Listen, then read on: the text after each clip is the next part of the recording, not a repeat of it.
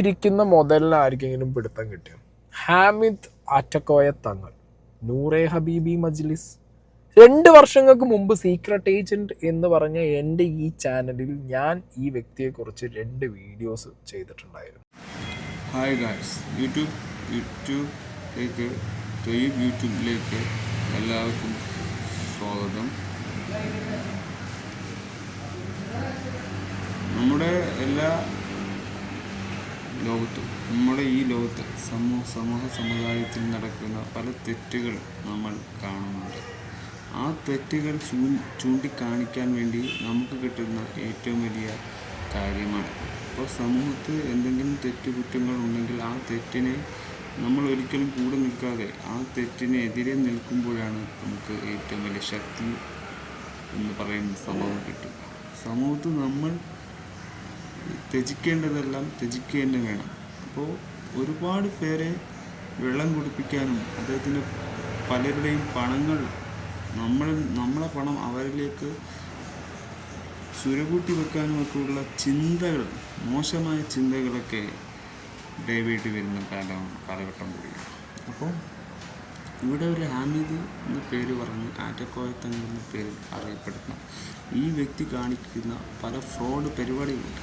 ആ ഫ്രോഡ് പരിപാടികൾ നമ്മുടെ പ്രേക്ഷകരുടെ മുന്നിൽ തന്നെ വെളിപ്പെടുമ്പോഴാണ് അതിന് യഥാർത്ഥ ധാർമ്മികത്വം എന്ന് പറയുന്ന ഒരു പേരിൽ വരുന്നത്. അപ്പോൾ സത്യസന്ധമായ കാര്യങ്ങളായതുകൊണ്ട്, സത്യസന്ധമായ നിലപാടായതുകൊണ്ടാണ് നമ്മളിത് മുന്നോട്ട് കൊണ്ടുപോകുന്നത്.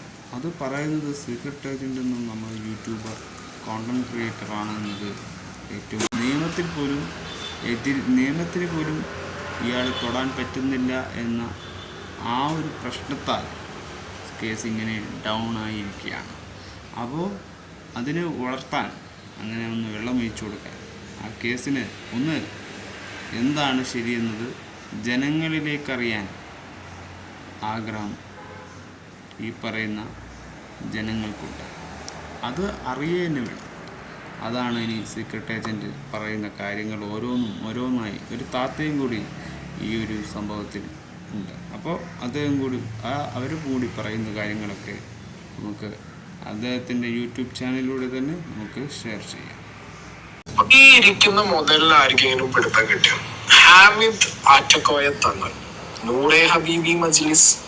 2 വർഷങ്ങൾക്ക് മുമ്പ് സീക്രട്ട് ഏജന്റ് എന്ന് പറഞ്ഞ എൻ്റെ ഈ ചാനലിൽ ഞാൻ ഈ വ്യക്തിയെ കുറിച്ച് 2 വീഡിയോസ് ചെയ്തിട്ടുണ്ടായിരുന്നു. ഒന്ന് 9 മെയ് 2022 ഒന്ന് 17 മെയ് 2022.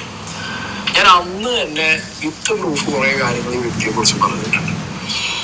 ആത്മീയത വെച്ച് ആത്മീയതയിലൂടെ രോഗശുശ്രൂഷ, രോഗശാന്തി എന്ന് പറഞ്ഞ് ആളുകളെ തട്ടിപ്പ് നടത്തുന്ന ഒരു ഭൂലോക ഫ്രോഡ്.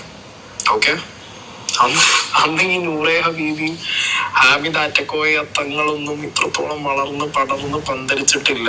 തുടക്ക സ്റ്റേജാണ് കൊറോണ. അത് കഴിഞ്ഞിട്ടുള്ള കൊറോണ കഴിഞ്ഞിട്ടുള്ള സ്റ്റേജ്. കൊറോണയുടെ സമയത്ത് തന്നെ ലൈവിൽ ആളെ കൂട്ടലും പരിപാടികളൊക്കെ ആയിട്ട് അങ്ങനെ അങ്ങോട്ട് വളർന്ന് പടർന്ന് പന്തലിച്ച് ഇപ്പൊ വൻ മരമായിട്ട് വളർന്നിരിക്കുകയാണ്. ഇപ്പോ ഇങ്ങേർക്ക് വേണ്ടി സംസാരിക്കാൻ ഒരുപാട് PR ഇറങ്ങിയിട്ടുണ്ട്. ഇപ്പൊ എന്റെ ഈ ഒരു പെർട്ടിക്കുലർ വീഡിയോന്റെ കമന്റ് ബോക്സിനകത്താണെങ്കിൽ പോലും സ്ത്രീകളായിരിക്കും മെജോറിറ്റി വന്ന് ഇയാളെ പഠിപ്പിക്കാൻ പോകുന്നത്. ബിക്കോസ് സ്ത്രീ PR ഇറക്കിയിട്ടുള്ള ഒരു കളി ഇദ്ദേഹം ഭയങ്കരമായിട്ട് ഇപ്പൊ കളിക്കുന്നുണ്ട്. ഓക്കെ, ഇദ്ദേഹത്തിന് പഠിപ്പിക്കാൻ ഒരുപാട് ചാനലുകൾ ഇറങ്ങിയിട്ടുണ്ട്, യൂട്യൂബേഴ്സ് ഉണ്ട്, എല്ലാം ഉണ്ട്. പണ്ടത്തെ ഒരു ഹാമിദ് ആറ്റക്കോയ തങ്ങളല്ല. ഓക്കെ, ഹാമിദ് ഒരുപാട് വളർന്നു. ഓക്കെ, ഇപ്പൊ എന്താ വിഷയം എന്ന് വെച്ച് കഴിഞ്ഞാൽ, ഞാൻ 2 വർഷം മുമ്പ് ചെയ്ത വീഡിയോയുടെ കമന്റ് ബോക്സിലൊക്കെ ഞാനിങ്ങനെ എന്റെ വീഡിയോസും അതിൽ വരുന്ന കമന്റ്സ് ഒക്കെ ഇങ്ങനെ മോണിറ്റർ ചെയ്യാറുണ്ട്. ഞാൻ നോക്കുന്ന സമയത്ത് പഴയ വീഡിയോയുടെ അടിയിലൊക്കെ എവിടുന്നാണ് ഇത് കയറി വരാൻ കാരണം, എന്താണ് ഇയാളെ വിഷയം എന്നൊക്കെ ഇങ്ങനെ നോക്കിയിട്ട് ഞാൻ ചെന്ന സമയത്താണ് ഇയാളുടെ ഒരു കൊടിമരം റിലേറ്റഡ് ആയിട്ടുള്ള ഇഷ്യൂ എന്റെ ശ്രദ്ധയിൽ പെട്ടിട്ടുണ്ടായിരുന്നു.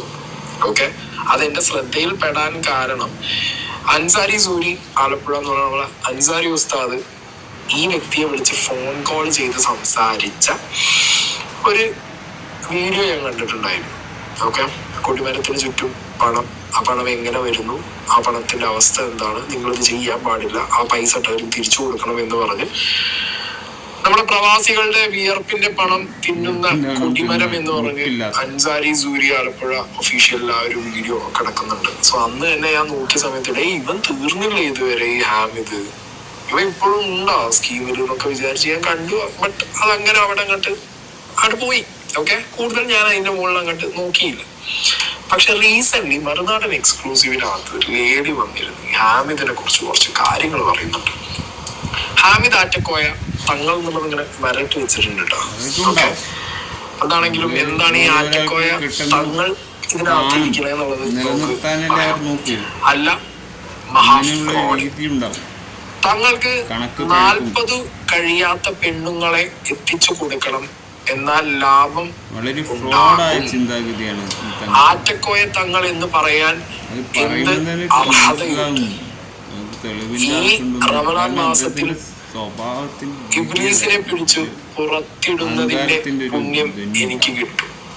ഓക്കെ, ആറ്റക്കോയക്ക് തങ്ങൾ എന്നുള്ളത് പറയാൻ എന്ത് അർഹത? ഇവരുടെ ഫസ്റ്റ് ചോദ്യമാണ് ഈ ലേഡിയുടെ. ഒരു ലേഡി മറുനാടൻ എക്സ്ക്ലൂസീവ്. അതിന്റെ പോർഷൻസ് ഒക്കെ നമുക്ക് വെച്ച് തന്നെ സംസാരിക്കാം. എന്റെ പഴയ വീഡിയോയുടെ പോർഷൻസ് നമുക്ക് വെച്ച് സംസാരിക്കാം. ഈ പറഞ്ഞ ആറ്റക്കോയ പറഞ്ഞ കാര്യങ്ങൾ തന്നെ നമുക്ക് പഴയതൊക്കെ ഉണ്ട്, അതൊക്കെ വെച്ച് കുറെ കാര്യങ്ങൾ സംസാരിക്കാനുണ്ട്. കാരണം ആത്മീയത വെച്ചുകൊണ്ടുള്ള ചൂഷണം മുസ്ലിം സമുദായത്തിൽപ്പെട്ട മുസ്ലിം മതവിശ്വാസികളായിട്ടുള്ള കുറെ പേരെ ഇങ്ങനെയാണ് പറ്റിച്ചുകൊണ്ടിരിക്കുന്നുണ്ട്.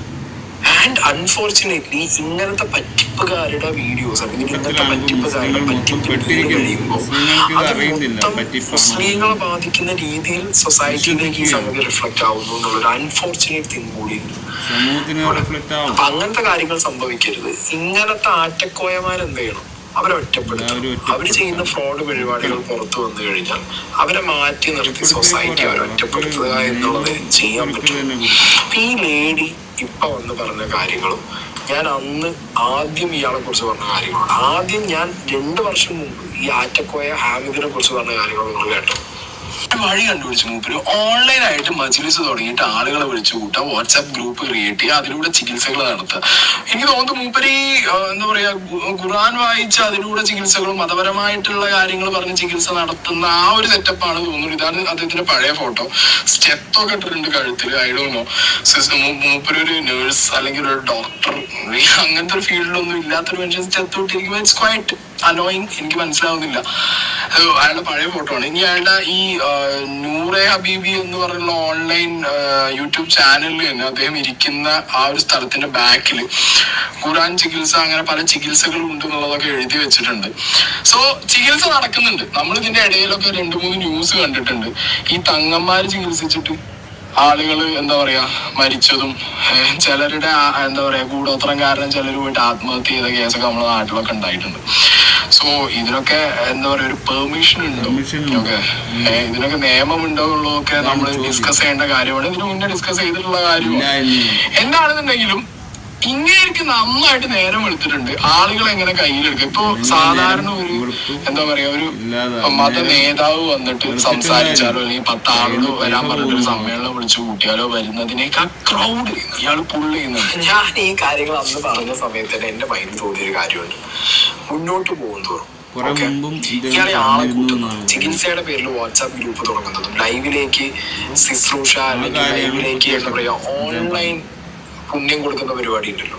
ഈ പരിപാടി മജ്‌ലിസ് എന്നൊക്കെ പറഞ്ഞ ആളെ കൂട്ടുന്ന വഴിക്ക് ഇയാളുടെ ആവശ്യം ആളെ കൂട്ടിയിട്ട് ഇയാൾക്ക് വേണ്ടി നാളെ സംസാരിക്കാനും ഇയാൾക്ക് വേണ്ടിയിട്ട് എവിടെയെങ്കിലും പോയിട്ട് 4 ആളെ പറഞ്ഞ് കൺവിൻസ് ചെയ്യിക്കാനും അല്ലെങ്കിൽ ഇയാൾക്കെതിരെ എന്തെങ്കിലും വന്നു കഴിഞ്ഞാൽ അവർക്കെതിരെ സംസാരിക്കാനുള്ള ആളെ കൂട്ടുന്ന പരിപാടി. പിന്നെ ഈ വരുന്നവരുടെ കയ്യിൽ കുറച്ച് ചാരിറ്റിന്നും ചികിത്സ എന്നൊക്കെ പറഞ്ഞ് പൈസ തട്ടിക്കുന്ന പരിപാടിയിലേക്ക് കാര്യങ്ങൾ മാറും എന്നുള്ളത് അന്ന് എന്റെ മൈൻഡിൽ ഉണ്ടായിരുന്നു. പിന്നെയും ഞാൻ വിചാരിച്ചു ഈ കാര്യങ്ങളൊക്കെ നാട്ടുകാർക്ക് എക്സ്പോസ്ഡ് ആയി കഴിഞ്ഞു കഴിഞ്ഞാൽ ഇവിടെ തന്നെ ഇസ്ലാം മതത്തിൽപ്പെട്ട ബാക്കി മത പണ്ഡിതന്മാരും നേതാക്കന്മാരും ഇതുപോലുള്ള തട്ടിപ്പുകാരെ വളരാൻ സമ്മതിക്കില്ല എന്നാണ് ഞാനും പ്രതീക്ഷിച്ചുകൊണ്ടിരുന്നത്.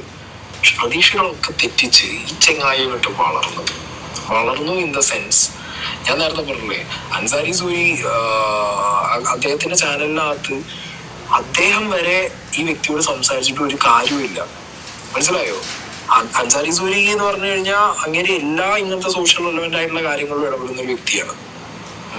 കൊടിമരം അതിന് താഴെ പൈസയും കണ്ടപ്പോ സത്യം പറഞ്ഞാൽ അങ്ങനെ വരെ ലിറ്ററലി ഞെട്ടിപ്പോയി. എന്താണ് ഇവിടെ നടന്നുകൊണ്ടിരിക്കുന്നത്?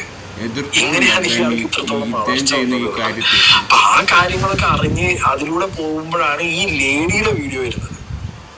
ഓക്കെ, ഈ ലേഡി വന്ന് പറയുന്ന കാര്യങ്ങളൊക്കെ വളരെ ഞെട്ടിക്കുന്ന കാര്യങ്ങളാണ്. ഈ ലേഡി രോഗം മാറാൻ വേണ്ടിയിട്ട് ഈ പറഞ്ഞ ഹാമിദിന്റെ അടുത്ത് പോവുകയും ഹാമിദിന്റെ അടുത്ത് പോയതിനു ശേഷം മതപരമായിട്ടുള്ള ചികിത്സകളാണ് നടക്കുന്നത്. മതപരമായ ചികിത്സയിൽ തന്നെ ഈ പറഞ്ഞ മുട്ടക്കൂടോത്രം മറ്റേ പരിപാടി അങ്ങനത്തെ സ്കീമുകളാണ് ഇയാൾ ചെയ്തുകൊണ്ടിരിക്കുന്നത്. അങ്ങനത്തെ കാര്യങ്ങൾ ചെയ്യുന്ന ഒരു വ്യക്തിയെ എന്നാൽ എക്സ്പോസ് ചെയ്യണം. മതപരമായിട്ടുള്ള കാര്യങ്ങൾ പറഞ്ഞ് ചൂഷണം ചെയ്യുന്ന ഈ വ്യക്തിയെ എക്സ്പോസ് ചെയ്യണം എന്ന് പറഞ്ഞിട്ടാണ് ഈ ലേഡി അവിടെ പോയിട്ട് ഓരോ കാര്യങ്ങളും കണ്ട് മനസ്സിലാക്കിയിട്ട് അവിടെ നിന്നുകൊണ്ട് കാര്യങ്ങളുടെ പ്രൂഫ് മൊത്തം എടുത്തിട്ട് സൊസൈറ്റിയുടെ മുന്നിൽ വന്നിട്ട് ഇവർ എക്സ്പോസ് ചെയ്യാം എന്ന് പറഞ്ഞത്.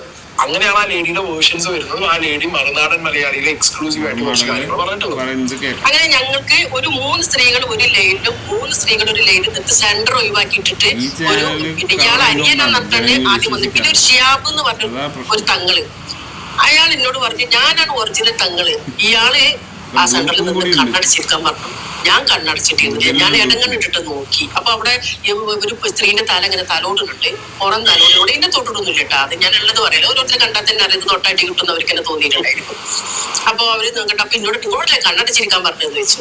അപ്പൊ ഞാൻ പറഞ്ഞു കണ്ണടച്ചിട്ടില്ലെങ്കിലോ എന്ന് വെച്ചു. കണ്ണടച്ചാൽ ഇത് പരിക്കൂലാറിഞ്ഞു. അപ്പൊ തന്നെ എനിക്കത് അറിയുന്നത് ഉണ്ടായിപ്പാണെന്നല്ലേ.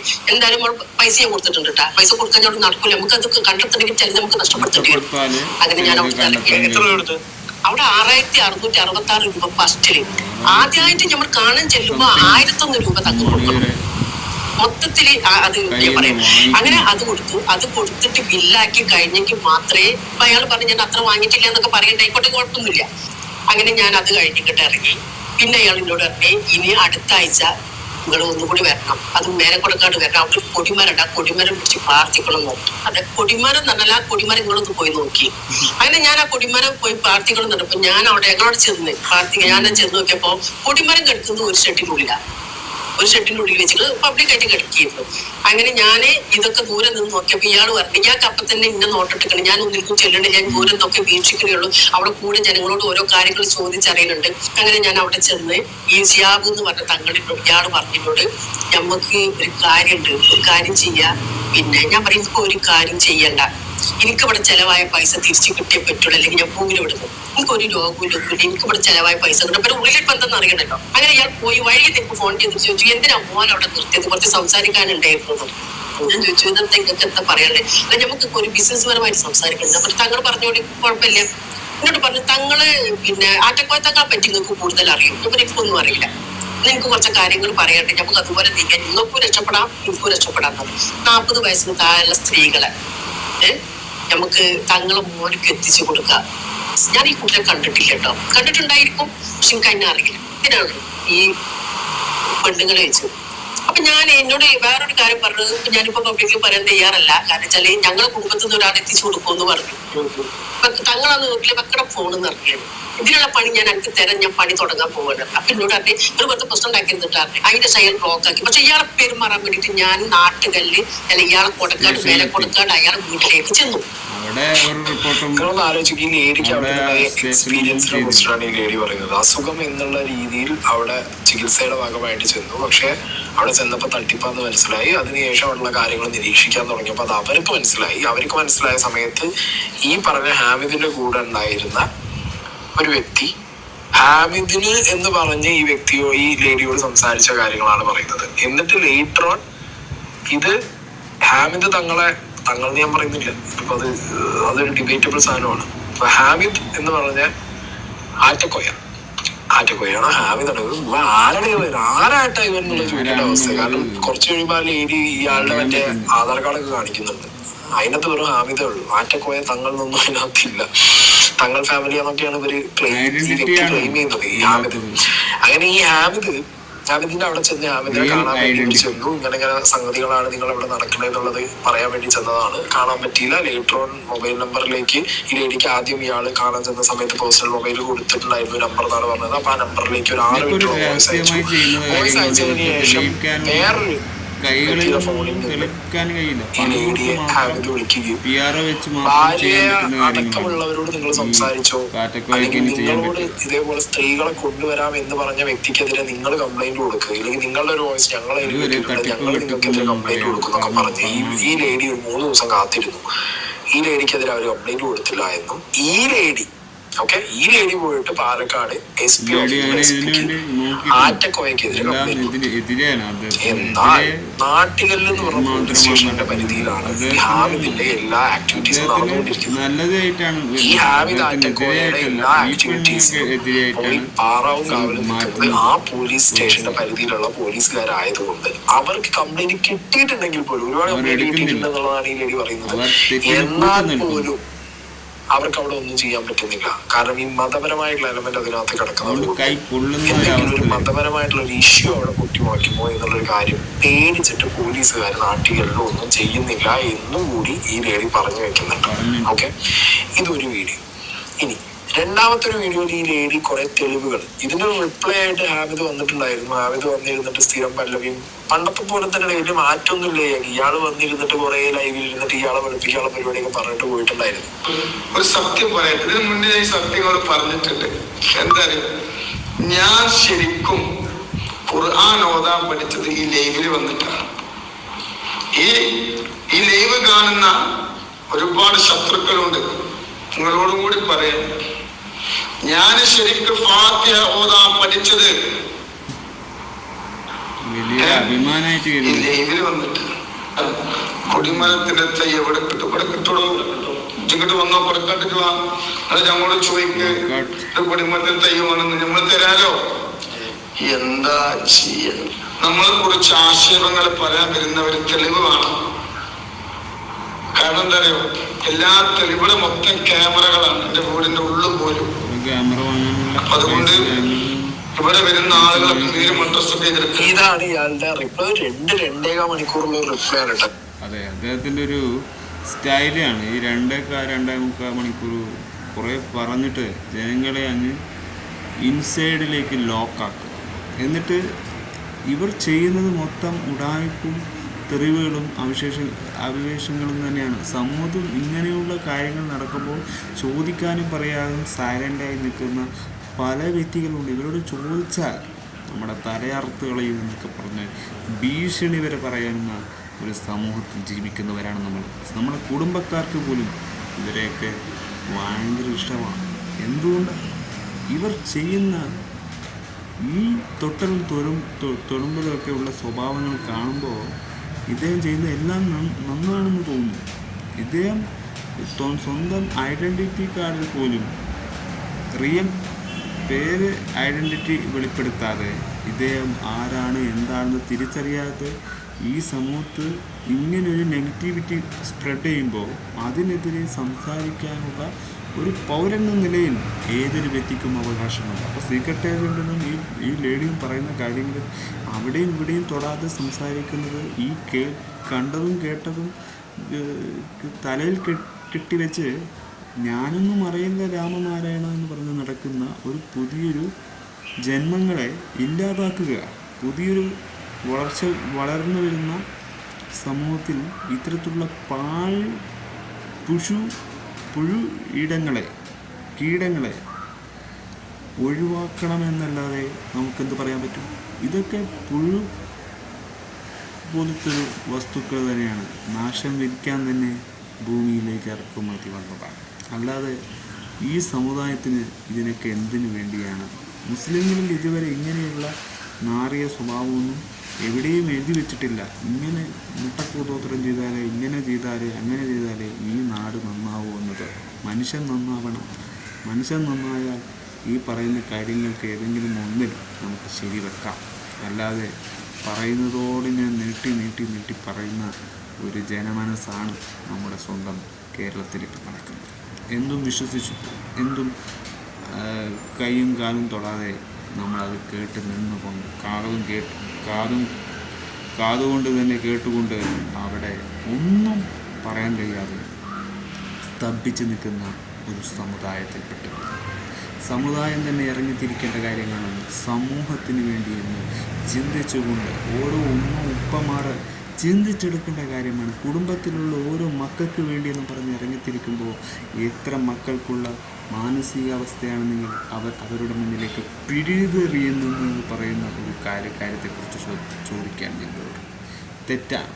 നിങ്ങൾ നാളെ വരും തലമുറക്ക് നിങ്ങൾ ഈ പഠിപ്പിച്ചു കൊടുക്കുന്നത് തെറ്റെന്നല്ലാതെ മറ്റൊന്നും എനിക്ക് പറയാനില്ല. സമൂഹത്ത് നിങ്ങൾ കണക്ക് ചോദിക്കണം.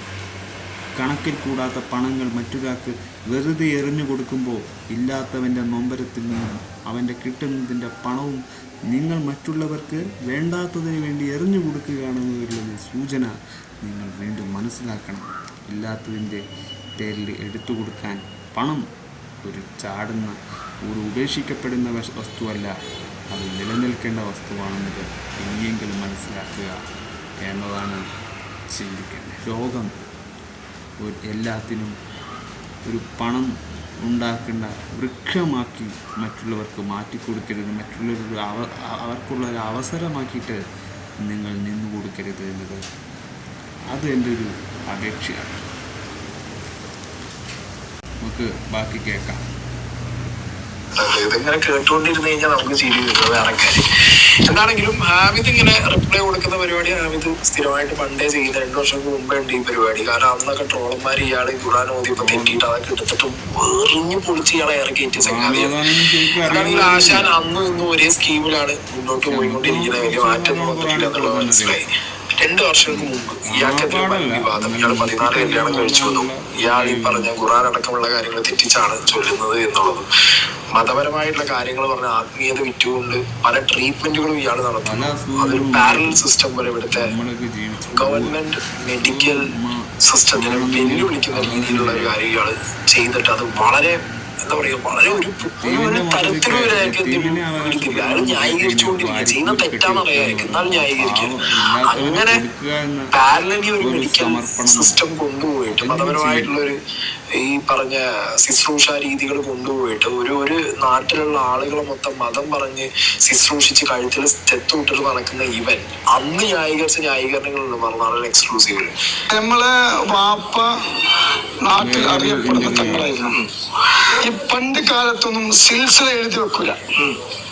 പണ്ട് കാലത്തൊന്നും കുടുംബത്തിലെ പരമ്പര പണ്ട് കാലത്തൊന്നും എന്തില്ല, അത് എഴുതി വെക്കുന്ന ഒരു സ്വഭാവം ആരെങ്കിലും ഇല്ല. നമ്മൾ അന്വേഷണത്തോളം അങ്ങനെയാണ് നമുക്കറിയാൻ. ഈ ഓൺലൈൻ മാധ്യമങ്ങൾ അതെല്ലാം ഇപ്പൊ ഈ കുറച്ചു കാലത്തിന് ശേഷമാണ് എന്താണ് ഈ കബീല എഴുതി തുടങ്ങിയത്.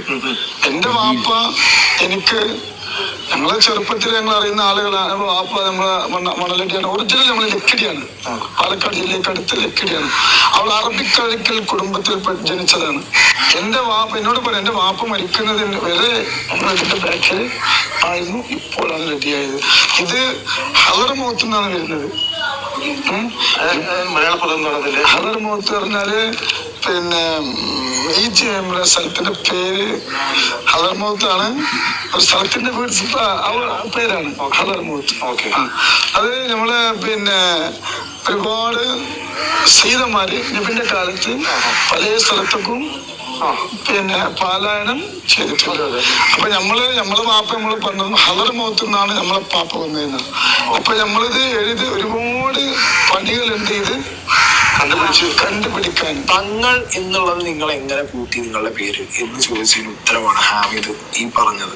അന്ന് 2 വർഷങ്ങൾക്ക് മുമ്പ് എവിടുന്നോ കണ്ടുപിടിച്ചു ഉപ്പ എവിടുന്നോ വന്നൊരു തങ്ങളായിരുന്നു. തങ്ങളായതുകൊണ്ടാണ് ഞാനും തങ്ങളായത് എന്നൊക്കെ പറഞ്ഞിട്ടുള്ള നെയിം എക്സ്ക്യൂസസ്. ഒരാൾക്ക് കേട്ടാൽ പോലും മനസ്സിലാവാത്ത രീതിയിൽ എന്തൊക്കെയോ പറഞ്ഞു പിടിപ്പിച്ച് ഉപ്പാൻ്റെ ഉപ്പ അതിൻ്റെ അപ്പുറത്തെ ഉപ്പ ഇങ്ങനെ പറഞ്ഞിട്ടാണ് ഇയാൾ തങ്ങൾ എന്നുള്ള സാധനം സ്വയം എടുത്തിട്ടത്. അപ്പൊ തങ്ങൾ എന്നുള്ള ഒരു കാര്യത്തിനെ കുറിച്ചിട്ട് ഒരു ക്ലാരിറ്റി ഇല്ലാതെ ഇതേമാതിരി ചോദിച്ചു കഴിഞ്ഞാൽ ബക്ക എന്ന് പറഞ്ഞുകൊണ്ടിരിക്കും. ഞാന് 20 വർഷത്തോളമായി ചികിത്സ. ഞാനൊരു പിന്നെ ആയുർവേദത്തിന്റെ പിന്നെ കാര്യങ്ങൾ ചെയ്യുന്നുണ്ട്. പാരമ്പര്യമായിട്ട് തങ്ങന്മാരാണ് പല ആളുകളും. ഇപ്പൊ നമ്മളെ കേരളത്തിൽ ഞാൻ മാത്രമല്ല, പല ആളുകളും ഒരു പിന്നെ നമ്മളെ ആത്മീയമായിട്ട് പല ആളുകളടുത്തും പോകാറുണ്ട്. അതുപോലെ എൻ്റെ അടുത്തും ഒരുപാട് തങ്ങന്മാരുണ്ട് ഇതുപോലെ സംഗതിയുമായി ബന്ധപ്പെട്ട്. പക്ഷെ ഇതൊക്കെ ഒരു അനുവദനീയമാണോ?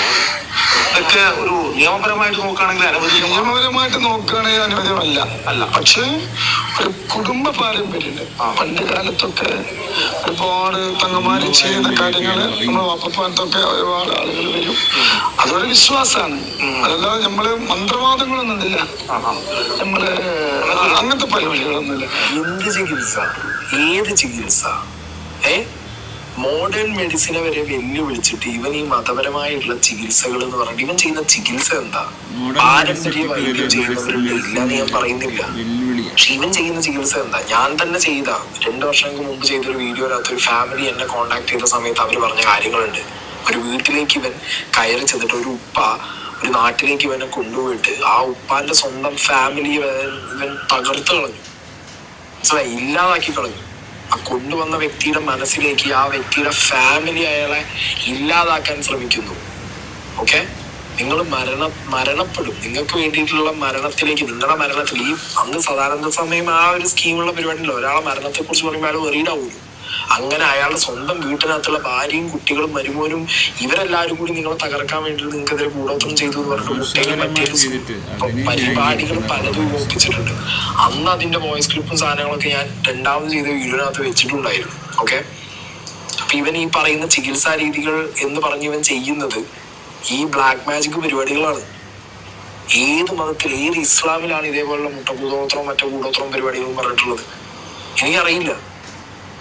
ഇസ്ലാം മതം അറിയുന്ന നല്ല എന്താ പറയാ ഒരു മോഡറേറ്റ് മതം ഫോളോ ചെയ്യുന്ന ഒരാളോട് ചോദിച്ചാലടക്കം അവർ പറയും അങ്ങനെ ഒരു കൂടോത്ര രീതി ഇസ്ലാമിൽ ഇല്ല. ഇവനെ പോലെയുള്ളവര് ആറ്റക്കോയല്ല, നാറ്റക്കോയ എന്ന് പറയുന്നവനെ ഒരു മതത്തിനെ വരെ ഇരുന്ന് പറയിപ്പിക്കുന്ന രീതിയിലാണ് ഇവന്റെ പ്രവൃത്തികൾ മുന്നോട്ട് പോകുന്നത് സൊസൈറ്റിയിൽ. ഇപ്പൊ നോക്കുന്ന സമയത്ത് ഇവൻ വളർന്ന് പന്തലിച്ചിരിക്കുകയാണ്. ഇവന്റെ ആക്ടിവിറ്റീസ് എന്ന് പറയുമ്പോൾ ഭയങ്കരമായിട്ട് ഇപ്പൊ പോലീസിന് വരെ തൊടാൻ പറ്റാത്ത രീതിയിൽ ഇവൻ വളർന്ന് പന്തലിച്ചു എന്ന് പറയുമ്പോ ഏത് രീതിയിൽ സൊസൈറ്റിയിൽ ആളുകളെ ഇവർ കയ്യിലെടുക്കുന്നു മതം പറഞ്ഞിട്ട് എന്നുള്ളതാണ് ഞാൻ ആലോചിച്ചത്. ഞാൻ അന്ന് ഇവന്റെ കുറച്ച് വോയിസ്, ഒരു ഫാമിലി തകർത്ത വോയിസ് വെച്ചിട്ടുണ്ട്. അത് വേണമെങ്കിൽ ഒന്നും കൂടി വേണമെങ്കിൽ ഞാൻ ഇപ്പൊ പ്ലേ ചെയ്യാം. മാരകമായ തടിക്ക് ബാധിക്കുന്ന അത് മറ്റൊരു നമ്മള് ഏറ്റാണ് ഭയങ്കര വിഷയം കാണുന്നുണ്ട്. അതായത് ഇയാൾക്ക് ആരോ കൂടോത്രം വെച്ചിട്ടുണ്ടെങ്കിൽ മരവും ചെയ്തോ മറ്റൊരു ചെയ്തോ എന്ന് പറയണ്ട. ആ കൂടോത്രം കാരണം നിങ്ങൾക്ക് തടിക്ക് ഇത് ഭയങ്കരമായിട്ട് ബാധിക്കും. ഓക്കെ, അപ്പൊ അതിന് പരിഹാരം ചെയ്യണം. ബാക്കിയൊക്കെ ഇതേ പോകുകയാണെങ്കിൽ നിങ്ങൾക്ക് ആയുസ് കുറയും. ഇത്രയും പ്രശ്നം കാണുന്നു. സ്ഥിരം നമ്പറാണ് ഇത്. ഒരാളുടെ ആയുസ് കുറയും, നിങ്ങളെ ലൈഫ് സ്പാൻ കുറയുമ്പോൾ മരിക്കാൻ പോകുന്നൊക്കെ പറഞ്ഞു കഴിഞ്ഞാൽ അതിനെന്താ പ്രതിവിധി ഉള്ളതെന്നുണ്ടെങ്കിൽ ആ പ്രതിവിധി കർമ്മം എന്താ, അതിന് എന്ത് ചെയ്യണം? തകിട് കെട്ടണോ, അമ്പലത്തിൽ പോയി ഇടണോ, പള്ളിയിൽ പോയി ഓതണോ, അതോ മറ്റേ നേർച്ച കൊടുക്കണോ? ഒരാൾ മരിക്കാൻ പോവാന്നാണ് പറയും. ഓക്കെ, ഇത് പല ഇങ്ങനത്തെ ടീമിന്റെ തട്ടിപ്പ് കാട്ടുന്ന ടീമിന്റെയും പരിപാടിയാണ്. നിങ്ങൾക്ക് ഈ സദാനന്ദന്റെ സമയം എന്ന് പറഞ്ഞ സിനിമ കണ്ടറിയാം. അതിൽ ദിലീപിനോട് പറയുന്നുണ്ട് മരിക്കാൻ പോവാണ്, ഇന്ന കർമ്മങ്ങൾ ചെയ്യണം, കാര്യങ്ങൾ ചെയ്യണം. പൈസ തട്ടാൻ മനുഷ്യന് മരണം ഉള്ള സാധനമാണ് ഒട്ടുമിക്ക എല്ലാ മനുഷ്യർക്കും പേടി. അതൊരു നല്ല പ്രായത്തിൽ മരിക്കും എന്ന് കേട്ട് കഴിഞ്ഞാൽ പിന്നെ അതിന് എന്തൊക്കെ എന്താ പറയാ, അത് മരിക്കാതിരിക്കാൻ എന്തൊക്കെ കർമ്മങ്ങൾ ചെയ്യണോ, കാര്യങ്ങൾ ചെയ്യണോ, തകിട്ട് കെട്ടണോ, ഇതിന് പിന്നാലെ മനുഷ്യൻ ഓടാൻ തുടങ്ങും. അതാണ് ഇപ്പൊ ഇയാൾ വർക്ക്ഔട്ട് ചെയ്യുന്ന പ്ലാൻ ചെയ്ത് ഇയാളുടെ സൗണ്ടാണ് കേൾക്കുന്നത്. ഇനി അടുത്ത വോയിസ് ഭയങ്കര ഇമ്പോർട്ടന്റ് ആണ്. ശാരീരികമായിട്ട് ഒരുപാട് പ്രയാസങ്ങൾ വരാണ്ട് അള്ളാഹു കാക്കട്ടെ. ഇപ്പൊ താൽക്കാലികമായിട്ട് നമ്മൾ ചെയ്യാണെങ്കിൽ 3000 ചില ഉറപ്പ് വരും താൽക്കാലികമായിട്ട്. പിന്നെ ഈ പഞ്ചലോകത്തിന്റെ തകട് ചെയ്യാൻ ഒരു ഗ്രാമെങ്കിലും ഏറ്റവും ചുരുങ്ങിയത്. അപ്പൊ അത് 7800 രൂപയും. അതൊക്കെ ചെയ്ത് കഴിഞ്ഞാൽ മരിക്കോളം ഒരു വിഷയം ഉണ്ടാവില്ല. ഇത് പാത്തിലാക്കിയാല് ഇത് പാത്തിലാക്കിയിട്ട് എന്ത് ചെയ്യണം? താഴ്ത്താത്ത കാര്യങ്ങൾ ചെയ്യണം. ശരിയാവാതെ എന്നാലൊക്കെ ക്ലിയർ ആവുള്ളൂ. പഞ്ചലോഹത്തിന്റെ തകിടിൽ എന്തൊക്കെയോ സെറ്റപ്പുകൾ ചെയ്ത് കഴിഞ്ഞാൽ മരിക്കണോളം കാലം പിന്നെ ഒരു പ്രശ്നം ഉണ്ടാവില്ല. പിന്നെ ഇയാളിന് മതിയില്ല 2 പഞ്ചലോഹ തകിടായിട്ട് ഇറങ്ങിക്കോ ലോകത്തേക്ക്. കൊറോണ വന്നപ്പോ എവിടെ പോയിരുന്നു? കൊറോണക്കെതിരെ തകിട് ഉണ്ടായിരുന്നില്ലേ പഞ്ചലോഹത്തിന്റെ? അതിന് പൈസയും 3000 10,000 പൈസയും പറയുന്നുണ്ട്. പച്ചക്ക് ഈ നാട്ടിൽ നടക്കുന്ന ഒരു എന്താ പറയാ ഏറ്റവും വലിയ ഫ്രോഡ് പരിപാടി. ആളുകളെ ചികിത്സിക്കുകയാണ്. ഒരു ഡോക്ടറല്ല, ആരോഗ്യവകുപ്പിന്റെ ഒരു അംഗമല്ല, ഒന്നുമല്ല. ഒരു തങ്ങൾ എന്ന് പറഞ്ഞിട്ട് അറിയുന്ന മുമ്പിൽ ചികിത്സിക്കുകയാണ് ആളുകളെ. എന്ത് കാര്യത്തിനും ഒന്ന് ആലോചിച്ചു. ഇത്ര പൊട്ടന്മാരെ നമ്മുടെ സൊസൈറ്റിയിൽ ഉണ്ടല്ലോ. ഇതൊക്കെ വിശ്വസിച്ചിട്ട് ഇവിടെ പോയിട്ട് ചാടാൻ വേണ്ടിയിട്ട് വിശ്വാസങ്ങളായിരിക്കും. മതത്തിന് വിശ്വസിച്ചോ, ദൈവത്തിന് വിശ്വസിച്ചോ. എന്നാണോ ഇസ്ലാമിന് ഈ പറഞ്ഞ കുടുംബവും അല്ലെങ്കിൽ ഈ പറഞ്ഞ മുട്ട പൊട്ടിക്കലും കോഴിന്റെ പുറത്തിലൊക്കെ ഏത് ഇസ്ലാമിനെ എവിടെ അതൊക്കെ പറഞ്ഞിട്ടുള്ളോ എനിക്കറിയില്ല കേട്ടോ. നല്ല മോഡറേറ്റ് ഇസ്ലാമായ ഒരാളോട് ചോദിച്ചു കഴിഞ്ഞാൽ അവർക്ക് അതിന് കുറേ വർഷം മുമ്പ് ഒരു ഫാമിലി ഇവൻ തകർത്തതിന്റെ വോയിസ് ആണ്. ഞാൻ ആ ഒരു വീഡിയോ ഞാൻ കമ്മ്യൂണിറ്റിയിൽ എന്റെ 2 വീഡിയോ 2 വർഷം മുമ്പ് ഇവരെ കുറിച്ചിട്ട് 2 വീഡിയോ ഞാൻ കമ്മ്യൂണിറ്റിയിലുള്ള നിങ്ങൾ പോയി കാണും. അതിനകത്ത് വളരെ കൃത്യമായിട്ട് ഞാൻ കാര്യങ്ങൾ അന്നേ പറയുന്നുണ്ട് ഇവനെ കുറിച്ച്. ഓക്കെ, ഇനി നമുക്ക് going back to that lady, ആ ലേഡിയിലേക്ക് തന്നെ തിരിച്ചു പോവാം. ആ ലേഡിയുടെ ഒരു വീഡിയോ കൂടി. ഇനിയിപ്പോ ഞങ്ങൾ സാമ്പത്തികത്തിന് ഒരാളെടുത്ത് പോലെ നിങ്ങൾ തന്നാലും ഞങ്ങൾക്ക് വേണ്ട. കാരണം എനിക്ക് ഈ സ്ത്രീ സമൂഹം നാശത്തിലേക്ക് പോണത് തടയണം. എനിക്ക് അത്രയേ ഉള്ളൂ. സ്ത്രീകൾ ഒരുപാട് പെണ്ണുങ്ങൾ ഇന്ന് 1 മണിക്കൂറിനുള്ളിൽ എനിക്ക് 4 സ്ത്രീകളെ വിളിച്ചിട്ടുള്ള ഞങ്ങളെ ചുറ്റുവട്ടത്തുനിന്ന്. ഞങ്ങളൊക്കെ അതിനെ അനുഭവപ്പെട്ടവരാണ്. ഞങ്ങൾക്ക് വന്ന് സംസാരിക്കാൻ പറ്റണില്ല. അതുകൊണ്ട് വല്ലാത്തൊരവസ്ഥയിലാണ്. അപ്പൊ ഞാൻ പറയും നിങ്ങളെ മുഖം കാണിക്കാതെ സംസാരിക്കാൻ തയ്യാറാണോ? ചിലപ്പോൾ അവർ തയ്യാറാണെന്ന് പറഞ്ഞിട്ടുണ്ട്. വിളിക്കും തങ്ങളുടെ അടുത്തേക്ക് നിങ്ങളും പേര് മീഡിയക്കാരെ എല്ലാരും വിളിക്കും. തങ്ങൾ അതിന് ധൈര്യം ഉണ്ടോ? തങ്ങളെ ഞാൻ റെഡിയാണ്. ഞാൻ എപ്പോ വരാനും തയ്യാറാണ്. അയാളെ ഐഡന്റി കാർഡ്, ആധാർ കാണുന്നെങ്കിൽ നമ്മൾ ശരിക്കും നമ്മളെ പേര് കറക്റ്റ് നമ്മൾ ആധാറിലെങ്കിലും കാണും. ഇയാൾ ആധാറിൽ എന്തുകൊണ്ട് വെറും ഹാമിദായി? എന്തുകൊണ്ട് അയാൾ തങ്ങൾ എന്നുള്ള ഹാമിദ് ആറ്റക്കോയ തങ്ങൾ എന്റെ ആധാർ ഇടാൻ ഇയാൾക്ക് മടി? ഇയാൾ എനിക്ക് ചാറ്റ് ചെയ്ത് സംസാരിച്ചതാണ് ഇതെല്ലാം. ഇയാളെ നമ്പറാണിത്. നമ്പർ വേണമെങ്കിൽ ഞാൻ തരാം. ഞാൻ എന്നോട് സംസാരിച്ചിട്ട് ഫസ്റ്റ് ഇതാ ഇയാൾ എനിക്ക് വിളിച്ചത്. ഫസ്റ്റിലെ കോഡ് ഇയാൾതാ. ഈ കോഡ് ഈ മെസ്സേജുകൾ ഈ മെസ്സേജ് മൊത്തം അയാൾ അയച്ചതാണ്. ജനുവരി 31-ാം തീയതിയാണ് ഈ കോളുകൾ മൊത്തം എനിക്ക് വന്നിട്ടുള്ളത്. വായ അങ്ങോട്ട് തുറന്നാൽ ഇയാൾ പറയുന്നത് ഫുള്ളും കളവാണ്. വായ ഒന്ന് തുറക്കണം, ഇയാൾ ഭക്ഷണം കഴിക്കണം കളവ്. പിന്നെ ഖുർആൻ തെറ്റിച്ച് വലിയ ട്രോളന്മാരാണെങ്കിൽ ഖുർആൻ ഓതാൻ അറിയാത്ത അയാൾക്ക് എന്താണ്? ഈ ലേഡീനെ ഇവന്റെ ഒരുപാട് തെളിവുകളുണ്ട്. ഈ ലേഡീനെ സമീപിച്ച ഒരുപാട് സ്ത്രീകളുണ്ട്. ഞാൻ അന്ന് ആ വീഡിയോ ചെയ്ത സമയത്ത് ഞാൻ നേരത്തെ പറഞ്ഞ പോലെ ഇവൻ മതത്തിന്റെ പേര് പറഞ്ഞ് മതപരമായിട്ടുള്ള ശുശ്രൂഷ, മതത്തിലൂടെ സൗഖ്യം, പിന്നെ ഈ പറഞ്ഞ ലൈവായിട്ടുള്ള മജ്ലിസ്, എല്ലാവർക്കും പുണ്യം കൊടുക്കാൻ വേണ്ടിയിട്ട് ഇവരുന്നിങ്ങനെ ഖുർആൻ വായിക്കും, ഇവരുന്നിങ്ങനെ ഫാത്തിഹ, ഈ പരിപാടി ഇവൻ ചെയ്ത് ഇവൻ വാട്സാപ്പിൽ ആളെ കൂട്ടി. പല വാട്സാപ്പ് ഗ്രൂപ്പ്സും സ്ത്രീകൾക്ക് വേണ്ടി ഉണ്ടാക്കി. അതിന്റെ അഡ്മിൻസും കാര്യങ്ങളും സ്ത്രീകളാണ്. ഒരു സ്ത്രീയെ ശുശ്രൂഷയുടെ ഭാഗമായിട്ട് കൊണ്ടുപോയി കൊടുക്കും. മറ്റേ പൈസ കിട്ടുന്നുണ്ടോ ഇല്ലെന്നൊന്നും അതിന്റെ ഒരു ഓഡിറ്റും ഇവിടെ ഇല്ല. ഏത് രീതിയിലാണ് ഈ ഫോർമാറ്റ് വർക്ക് ചെയ്യുന്നത് എന്നുള്ളത്.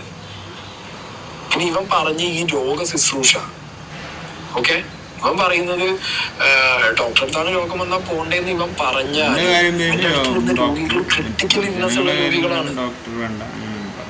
ക്രിട്ടിക്കൽ ഇൽനെസ് ഉള്ള വയസ്സായ വ്യക്തികൾ ഇവന്റെ അടുത്ത് വന്നിട്ട് പോകുന്നുണ്ട്. അതിന്റെയൊക്കെ വീഡിയോസ് കിടക്കുന്നുണ്ട് യൂട്യൂബിൽ. എല്ലാം കൂടി ഞാൻ എടുത്ത് വെക്കാൻ പറ്റില്ലല്ലോ, എല്ലായിടത്തും വെക്കുന്നില്ല ഞാൻ. ഭയങ്കര ലെങ്ത് ആയി പോകും. അതുകൊണ്ടാണ് നിങ്ങളത് എടുത്ത് തപ്പി നോക്ക്. ഇങ്ങനെ ആളുകളുടെ ഇടയ്ക്ക് മതപരമായിട്ടുള്ള കാര്യങ്ങൾ പറഞ്ഞ് മതം വെച്ചുകൊണ്ട് ആളുകളുടെ പേടിയും ഭക്തിയും ചൂഷണം ചെയ്യുന്ന ഇവനെ പോലുള്ള ആളുകളെ എക്സ്പോസ് ചെയ്യണ്ടേ? എക്സ്പോസ് ചെയ്യണം. അത് വലിയൊരു കാര്യം തന്നെയാണ് സീക്രട്ടണ്ണം പറഞ്ഞത്. നമുക്കിനി അങ്ങോട്ട് നമുക്ക് പറയാം. യുദ്ധത്തെ പോലുള്ള ആൾക്കാർ പറയുമ്പോൾ അതിന് വലിയൊരു കാര്യമില്ലാതെ മുന്നോട്ട് വന്ന് ഇറങ്ങില്ല.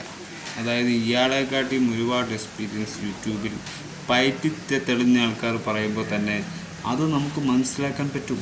സമൂഹ മാധ്യമങ്ങളിൽ ഒരു സീക്രട്ട് ഏജൻറ്റോ ഒരു യൂട്യൂബറോ ചെയ്യുന്ന കാര്യങ്ങൾ മറ്റുള്ളവരെ നിരാശരാക്കാനോ അവരെ ഊമ്പിക്കാനോ അല്ല. ഈ തങ്ങളൊക്കെ സമൂഹത്ത് തെറിവിളിച്ചും ആഭാസം പറഞ്ഞും ശുശ്രൂഷിക്കുന്നവർക്ക് നന്മകൾ ഉണ്ടെന്ന് വെളിപ്പെടുത്തിയിട്ടും വെള്ളയിട്ടിട്ട് നടന്നിട്ടും മനുഷ്യനെ ഒരു വില വെക്കാത്ത രീതിയിൽ അവരുടെ കൈകളിലുള്ള പണം കണ്ടുകൊണ്ടുള്ള അവരെ വിസ്മയിപ്പിച്ച് നടക്കുന്ന നമ്മളെയൊക്കെ കോമാളികളാക്കി ആൺവർഗത്തെ മൊത്തം പിഴിയാണ്. പ്രവാസിയുടെ പണം മൊത്തം ഇദ്ദേഹത്തിൻ്റെ കൈകളിലാണ്. കോടികളുണ്ടാവും, ലക്ഷങ്ങളുണ്ടാവും, പല സ്ഥലങ്ങൾ വാങ്ങിയിട്ടുണ്ടാവും. ഇതൊക്കെ പ്രവാസികൾ അവിടെ കഷ്ടപ്പെട്ട് പണിയെടുക്കുന്നതിൻ്റെ പണം ഇവൻ്റെ കൈകളിലേക്ക് ചെന്ന് ചേരുകയാണ്.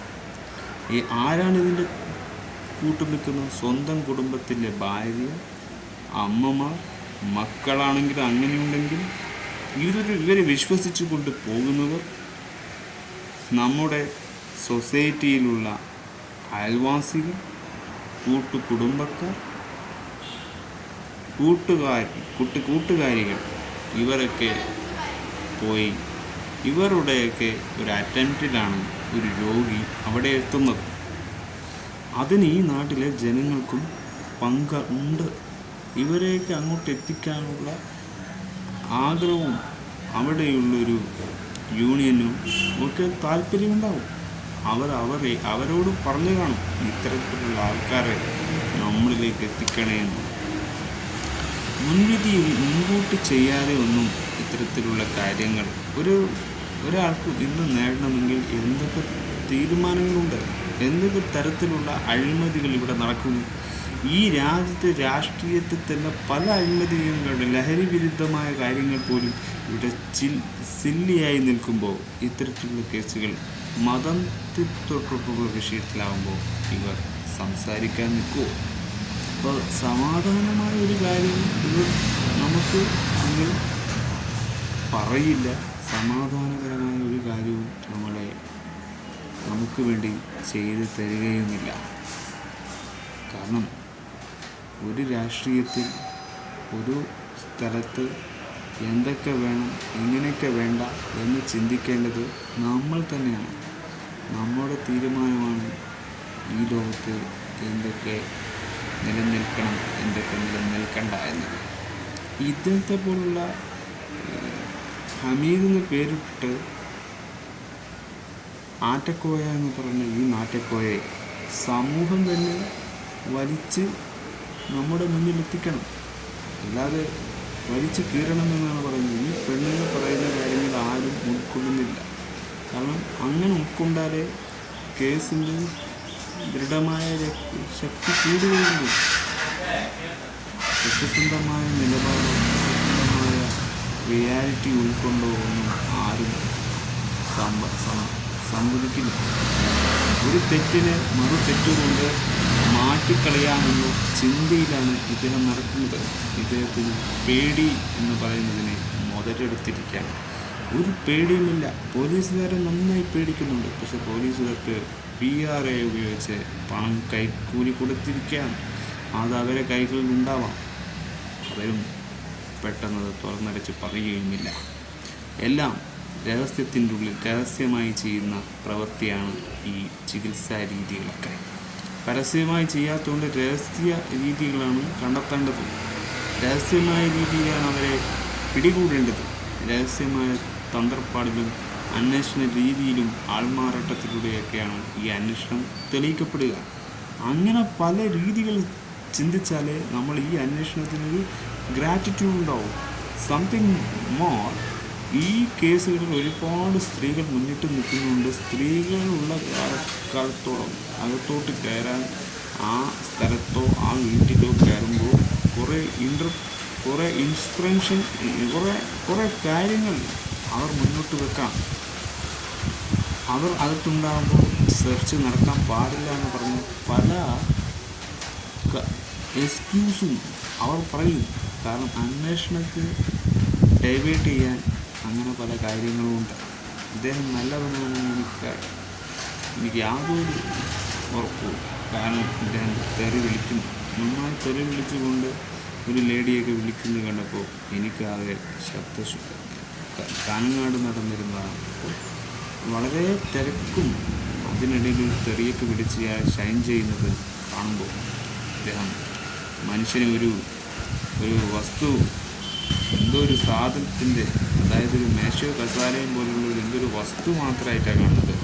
അവിടെ വികാരമുള്ളൊരു മനുഷ്യനായിട്ട് അയാൾക്ക് തോന്നിയില്ല എന്നതാണ്. ഒന്ന് മാറി നിൽക്ക് തള്ളയെന്ന് വിളിക്കണമെങ്കിൽ അതെന്തിൻ്റെ ഭാഗത്തിലാണ്? അത് ഒരു ചികിത്സാ വിഭാഗത്തിൽപ്പെട്ടവരെ വാക്കുകളിൽ നിന്ന് വരേണ്ട ക്ഷമ. ഈ പറയുന്ന ചികിത്സിക്കുന്നവന് ക്ഷമ വേണം, എത്ര താണ്ടിയായത്. അപ്പോൾ സമൂഹത്ത് ഇങ്ങനെയുള്ളവരെ ജീവിക്കാൻ അനുവദിക്കരുതെന്നത് സമൂഹത്തിനോട് ഇനിയും പറഞ്ഞുകൊണ്ട്